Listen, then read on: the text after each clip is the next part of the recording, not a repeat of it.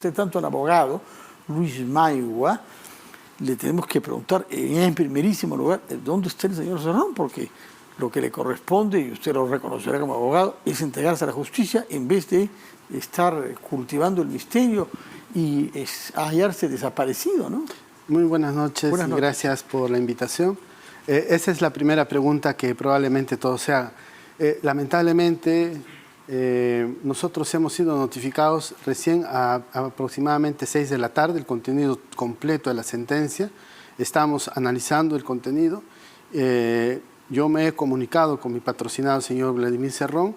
Le he comunicado de la decisión del Poder Judicial y seguramente en las próximas horas él saldrá a la prensa y dará su versión y tomaremos las decisiones legales que correspondan. Él no se ha escondido ni está prófugo, sino que estamos analizando los pasos procesales a seguir, porque entenderá que una decisión como la que ha adoptado la Corte de Junín, decidiendo desde nuestro punto de vista de manera arbitraria e ilegal por una condena efectiva, no hace más bien que repensar la estrategia de defensa, pero evidentemente la estrategia de defensa no es que se fugue ni se escape, sino como estoy indicando, a las 6 de la tarde más o menos hemos sido notificados formalmente, son 111 páginas. Bueno, hay un tuit, ¿no? Mucho antes de las 6 de la tarde, dando cuenta de la decisión. Es cierto, no había todo el desarrollo de la sentencia, pero sí el núcleo, que es prisión efectiva de 3 años y 6 meses. Sí, efectivamente, pero como le vuelvo a decir, estamos analizando procesalmente los pasos a seguir y probablemente en las próximas horas el señor Vladimir Cerrón saldrá a decir y a mencionar lo que corresponda. Pero lo que sí creo que es necesario que se entere el público es que la decisión que ha adoptado la Sala Penal de Apelaciones de la Corte de Junín es una decisión que desde la perspectiva de la defensa más bien ha confirmado un acto arbitrario. En resumen, se le imputaba al señor Cerrón y se le sigue imputando haber suscrito un contrato habilitante. En resumen, ese era un contrato a través del cual un privado se comprometía a realizar desde los primeros actos de estudio la evaluación y la propuesta de un aeropuerto en la ciudad del Valle de Mantaro, específicamente. Sí. La acusación basaba en que ese proyecto le generaba un riesgo potencial de perjuicio al Estado de alrededor de 2 millones de soles. La Corte indebidamente ha sostenido que esos 2 millones de soles, que era el núcleo central de la imputación, no se produjo por la firma del contrato, sino como consecuencia de un posible arbitraje que esta empresa privada podría haberle hecho a la gobierno regional de Junín, que nunca existió. Entonces, han cambiado los fundamentos jurídicos y los fundamentos fácticos por los que se llevó a juicio. Lo que permanece sólido es el informe de la Contraloría, que usted habrá estudiado el año 14. Y la falta de una aprobación por parte de los organismos técnicos de aeronavegación y financieros del MEF.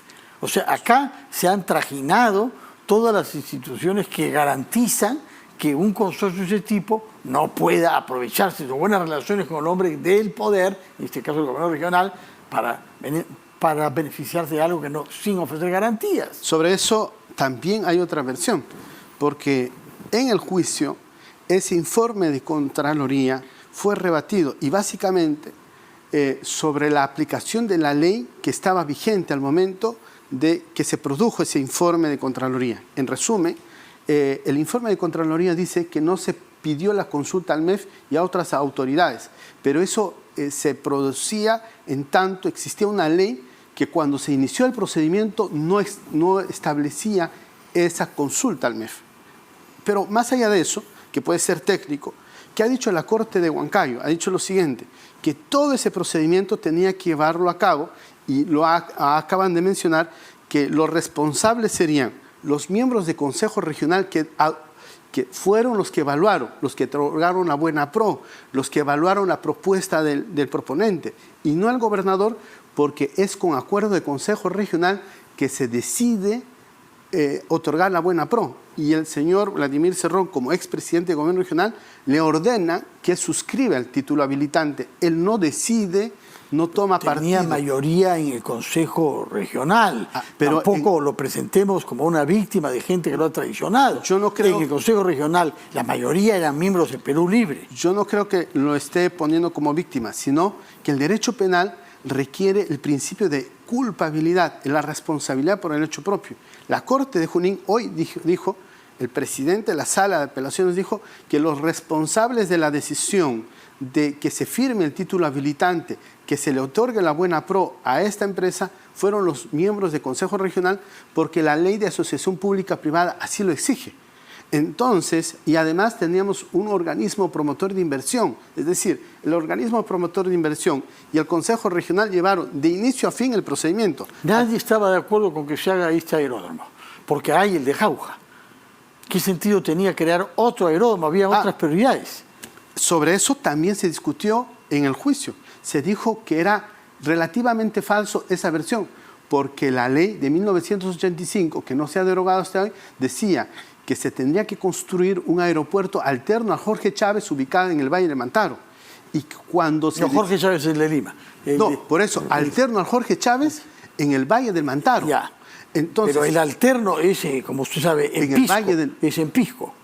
Por eso. O alterno a hacer volar sobre los Andes a un avión que no puede aterrizar en Lima, no parece muy razonable, ¿no? Eso también es una versión que se ventiló a través del juicio y se probó que existían análisis de aire, existía análisis de viento para establecer un proyecto de aeropuerto. Pero finalmente, ¿qué problema había o qué problema hay si la ley permite que a través de una asociación pública-privada, cuando el Estado no puede invertir y un particular puede invertir, invierta en un proyecto que es necesario? Nadie puede dudar que el aeropuerto de Jauja no cumple las expectativas de ser un aeropuerto internacional. La pregunta es, ¿se puede condenar a una persona que no intervino directamente en una decisión, pero que usted, la abogado, necesidad pública... Comprendo exige? Que su estrategia lo lleva a afirmar eso, pero hay una sentencia que no se ha publicado todavía, usted la ha leído, yo todavía no. Lo que hemos visto es la conclusión de esa sentencia y hemos seguido parte de ese proceso. Ahora bien, usted nos ha dicho que su patrocinado, Vladimir Cerrón, va a hacer pronto declaraciones a la prensa. Sí. Pero su principal deber es entregarse a la justicia. Probablemente esa es parte de la estrategia. Yo esta noche acabo de llegar de Huancayo, porque él reside aquí, él no puede viajar. Yo acabo de llegar de Huancayo, me voy a reunir pronto con él y probablemente vamos a tomar las decisiones procesales más adecuadas. Pero la única decisión es entregarse, no hay ninguna alternativa procesal, ¿no? Esa es una de las alternativas, otra es impugnar y eso lo pueden hacer, pero no es suspensiva la prisión que se le ha impuesto. Eso también es debatible, porque los que han seguido la secuencia de la lectura de sentencia, la propia sala que confirma la sentencia y rebaja la pena, hay una discusión, porque hay una minoría que dice que todavía la Corte Suprema debe resolver el asunto, hasta tanto debe mantenerse el estatus de libertad. Eso lo dice la sentencia, hay una discusión en el tribunal y probablemente vamos a hurgar también sobre ese. Sería una cosa sin precedentes que una sanción efectiva pueda ser relativizada con los argumentos que usted dice. Se puede presentar, por cierto, un recurso de casación si hay problemas de procedimiento ante la Corte Suprema, pero eso no hace suspensiva la prisión. Eso es una versión que se tiene, pero el Código Procesal Penal permite aún esa posibilidad. Por eso tenemos una serie de posibilidades. Bueno, y en todo caso, se va a entregar llegado el caso. De ser el caso, probablemente eso sea. Muy bien, hemos comprendido eso. Por otra parte, lo que queríamos saber también en relación a su patrocinado, él quiso viajar a México para esta fecha. Pidió permiso a la justicia que lo autorice a viajar entre el 5 y el 7, justo como por casualidad, el 6 viene la sentencia. ¿Era una cosa razonable estar pidiendo salir al extranjero? Cosa que se rechazó, naturalmente. No tengo conocimiento de ese extremo. Sí sabía que le habían invitado, creo, Rusia, pero... No, México. Lo de México no tengo conocimiento. A una reunión de partidos políticos en la capital mexicana. ¿No? En todo caso, usted comprende que la justicia haya dicho, no señor, quédese usted primero a ver lo que se decide y después estará pensando en viajes al extranjero, ¿no? Probablemente esa es la decisión del juez. Pero a lo que voy es, sentimos que la decisión del tribunal Es una decisión que respetamos en todos sus extremos. Usted, pero no él, ¿no? Porque él considera que es fruto de un sesgo político, de una persecución. Respetamos, pero no estamos de acuerdo en los extremos en los que se han decidido de manera muy ligera, en verdad, sin mayor explicación, seguir sosteniendo que mi patrocinado se habría coludido. Sobre eso prueba no existe, ni siquiera indiciaria. Se ha llegado a la conclusión de que hubo un acto de concertación bajo el argumento más o menos como que él tenía también mayoría en el Consejo Regional. Pero si no hay prueba ni siquiera indiciaria, como usted dice, presentará un recurso de casación ante la Corte Suprema, lo que no suspende la aplicación, entre tanto, de la pena efectiva. Inicialmente no, vamos a ver si existe esa posibilidad. Inicialmente no, está buscando usted la manera de que la prisión efectiva no sea efectiva. Es que, le vuelvo a decir, la propia Corte de Junín, en la discusión, la última parte de la lectura de la sentencia, hay un voto que dice que el Código Procesal Penal dice que para que la pena sea efectiva tiene que estar ejecutoriada, y esa calidad de ejecutoriado lo da solo la Corte Suprema. Pero si es un voto, no es la sentencia, sí, es un voto de minoría, no es lo que la Corte ha decidido, la Corte decide en base al voto de la mayoría, ¿no? Sí, pero hay una discusión que nosotros también queremos analizar en su... Pero ya hay una decisión de la mayoría. Sí. Ese voto en minoría no es el que vale para la justicia. No estoy diciendo que vale. Constará en actas de que hay un juez de los que formaron el colectivo que no estaba de acuerdo, pero esa no es la posición de la Corte, ¿no? Efectivamente, pero vamos a analizar si podemos solicitar y podemos activar ese mecanismo procesal. Pero todo está nuevamente en la mano de la justicia. Si la justicia dice que no, dirá que no. Tenemos mucho por recorrer. Recuerde el caso de La Oroya, que empezó exactamente lo mismo, y fíjese, después de años se va ventilando, y hay un juez constitucional que dijo que hasta la Corte Suprema se equivocó cuando lo condenaron hace muchos años al señor Cerrón, y ahora estamos con un habeas corpus que nos está dando la razón, y probablemente esto también tiene para... ¿Cómo que el habeas corpus está dando la razón?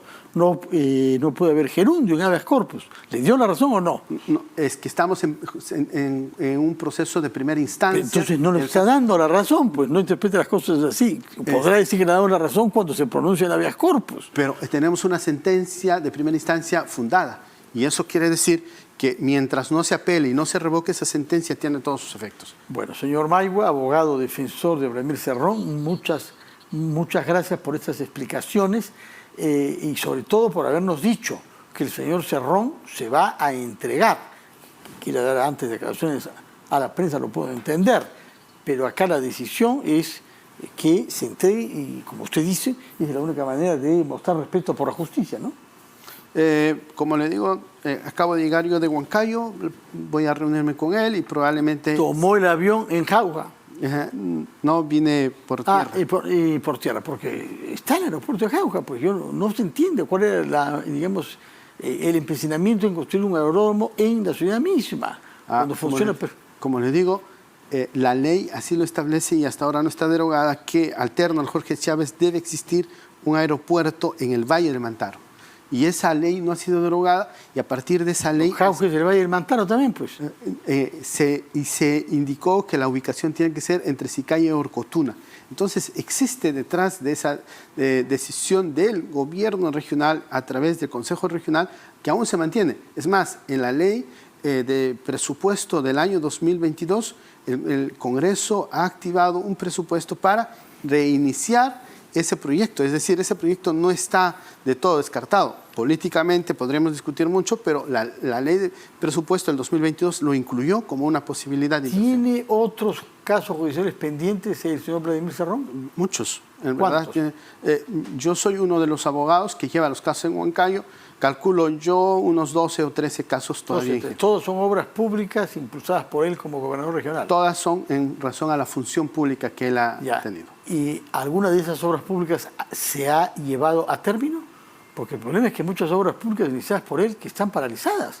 Uno ve a Huancayo y pese al auge que uno siente en algunos aspectos en la ciudad, en realidad ve obras paralizadas. Y pregunto, ¿y esto qué está pensando el gobernador Cerrón?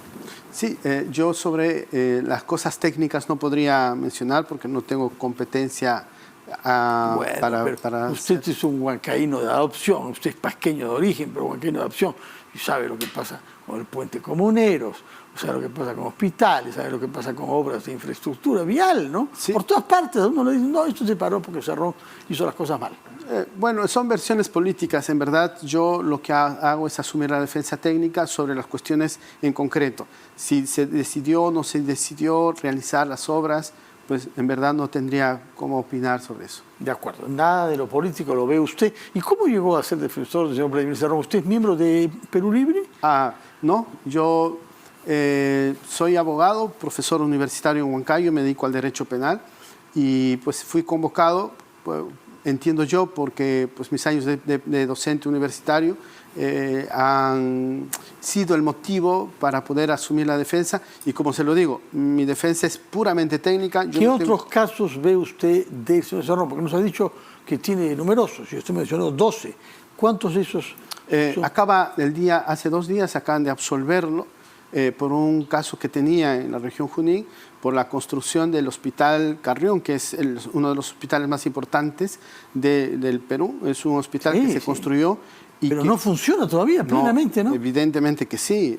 Plenamente, ¿no? Hemos estado con el congresista de Junín antes que usted llegue, no sé si lo escuchó, y nos dijo él, como usuario de ese hospital, que no ha sido entregada la obra, no está formalmente entregada. Bueno, esa será su versión, pero si usted va a Huancayo y va al Hospital Carrión, es el hospital que atiende y que en el COVID fue más bien uno de los hospitales que generó mejor contingencia.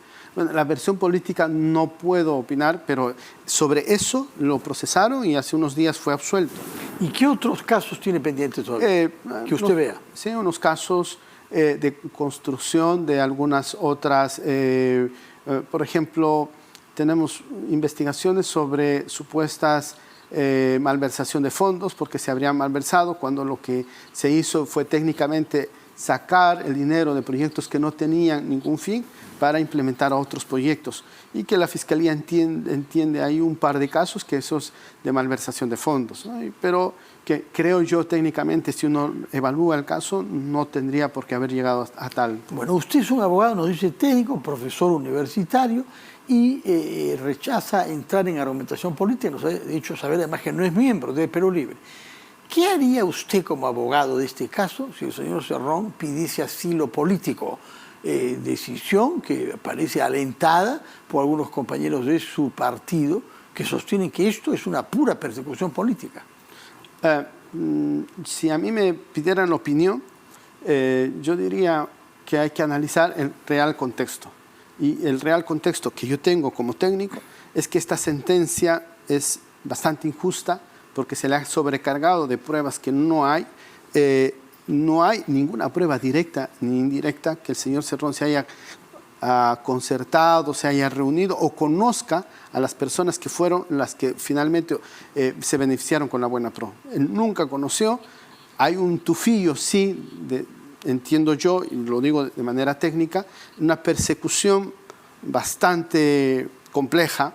Y también esto es parte de la evaluación técnica, ¿no? Es una persona a la que se ha expuesto públicamente y probablemente la decisión de los jueces de condenar también tiene un tufillo de posición política. Repito, respecto de la eventualidad de que solicite asilo político, a Rusia, por ejemplo, como que quería viajar ahí, ¿no? Y tiene, parece, mucha simpatía por el gobierno en ejercicio en Rusia. Si él recurriera a esa forma de escape, ¿usted renunciaría a defenderlo? Yo lo que sí podría decir es que el asilo político tiene condiciones. Y la primera condición es de acreditar que es un perseguido político. Pero es lo que viene diciendo el señor Flavio Cruz, entre otros, ¿no? Sí, pero yo no tengo la posibilidad ahora de evaluar ese punto de decir... Es lo que han dicho todos, ¿no? Alejandro Toledo, la familia Silada en México, Pedro Castillo, etc. Desde Alejandro Toledo a Pedro Castillo, ese argumento lo hemos escuchado en boca de todos los políticos. Sí, pero yo como abogado, además técnico, tendría que evaluar otras condiciones para aseverar que es una persecución política. Mientras tanto, mi percepción de la sentencia es que es una sentencia que la Corte Suprema debe evaluar o la Justicia Constitucional debe evaluar. Me parece que hay unas incongruencias. La Justicia Constitucional propiamente, porque estamos ante un recurso de casación eventual ante la Corte Suprema, que tendrá que presentarlo usted, ¿no? Sí, pero además existe un pedido que no se nos ha aceptado, que es la prescripción. Desde nuestro punto de vista, es más, la propia acusación dice que el hecho posiblemente de colusión se habría realizado el mes de julio del 2013. Al julio del 2023 eso habría prescrito, pero acaban de rechazarnos. Eso sí la justicia constitucional puede evaluar, porque la prescripción es un derecho que tiene toda persona, que si ha transcurrido tanto tiempo como dice la ley, no lo pueden perseguir. Lo que nos quiere hacer usted saber o creer es que hay batallas judiciales pendientes, pero lo que no es pendiente, lo que es mandatorio, es que se entregue a la justicia. Como le digo, hay tantas cosas por hacer. Una de esas, la solución, vamos a evaluar, y si es que se tiene que entregar, se entregará al señor Cerrón. ¿Eso es lo que él piensa o lo que usted piensa? No, lo que yo inicialmente considero. Yo me voy a reunir esta noche con él y probablemente, como hemos hablado por teléfono, él va a analizar y vamos a tomar la mejor decisión. Bueno, en todo caso, nos informará a qué resultados lleva esta conversación que mantendrá usted con su patrocinado, que ha sido condenado hoy, esta tarde, a una prisión efectiva de 3 años y 6 meses. Muchas gracias, abogado Luis Maigua, por su presentación aquí en RPP. Que tenga buenas noches.